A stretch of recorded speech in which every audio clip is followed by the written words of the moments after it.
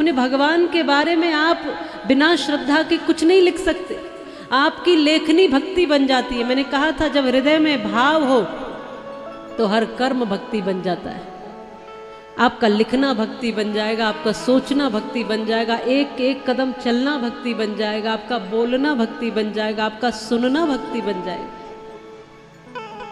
और ये बाबा तुलसीदास तो इतने बड़े भगत थे, पत्नी के मोह में इतना भारी मोह हुआ इनको कि इनके बारे में कहा जाता है कि एक बार पत्नी मायके चली गई थी।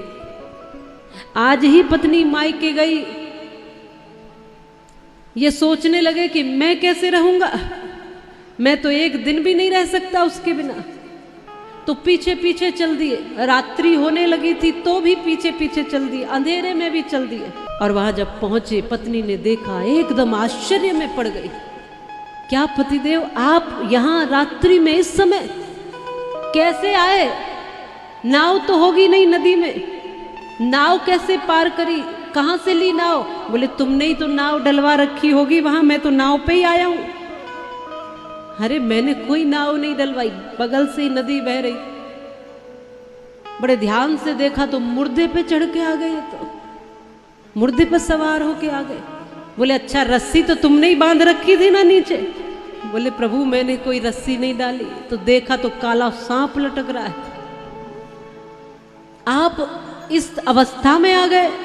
तब रत्नावली जी ने कहा कि पतिदेव अच्छी बात है, लेकिन मुझे ऐसा प्रतीत होता है हाड़ मास की देह ये तासु ऐसी प्रीत, नेक जो होती राम ते तो काहे भवभीत।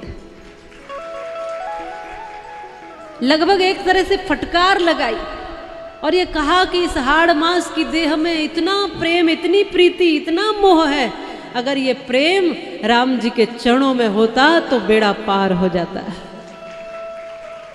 बस वही रात्रि थी बाबा तुलसीदास जी के जीवन में।